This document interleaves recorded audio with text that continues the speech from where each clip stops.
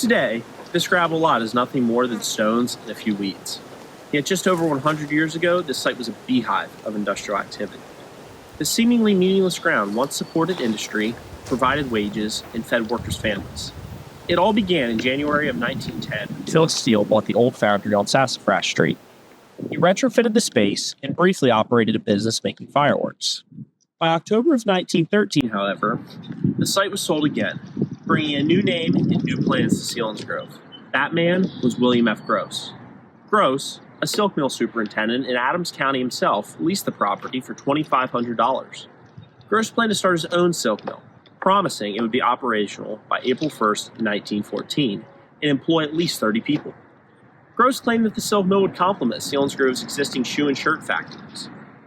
On a cold January day in 1914, the silk mill opened earlier than planned. 6 workers were immediately hired and trained.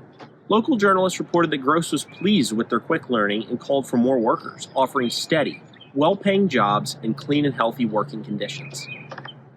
The mill operated day and night, processing the silk by dyeing it, spinning it onto bobbins, and shipping it to other factories to be made into a finished product. In spring of 1914, Groce requested a streetlight outside his business, which the town council approved. Council also noted that pavement would soon likely be needed along the entirety of Sassafras Street. But this was just the first of Groce's and council's improvements to the land in their conquest over nature.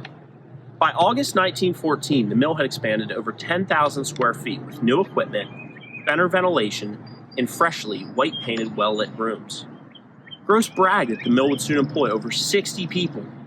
Groce also announced plans for a sidewalk, flower beds, and a lawn, reflecting the vision of the ideal American lawn at the time. With all these improvements to the mill, electricity costs were soaring. Groce responded to the challenge by purchasing nearby land in September 1915 to build a steam power plant.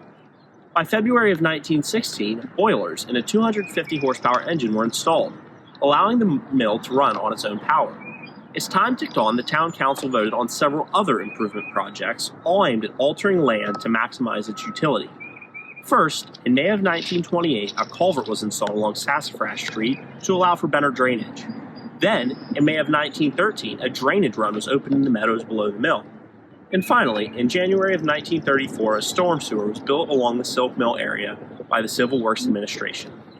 Today, walking this site gives no hint of its past. All that remains is an empty lot with an industrial past that will forever hinder its usefulness. Just another chapter in the human conquest for domination and improvement over the natural world.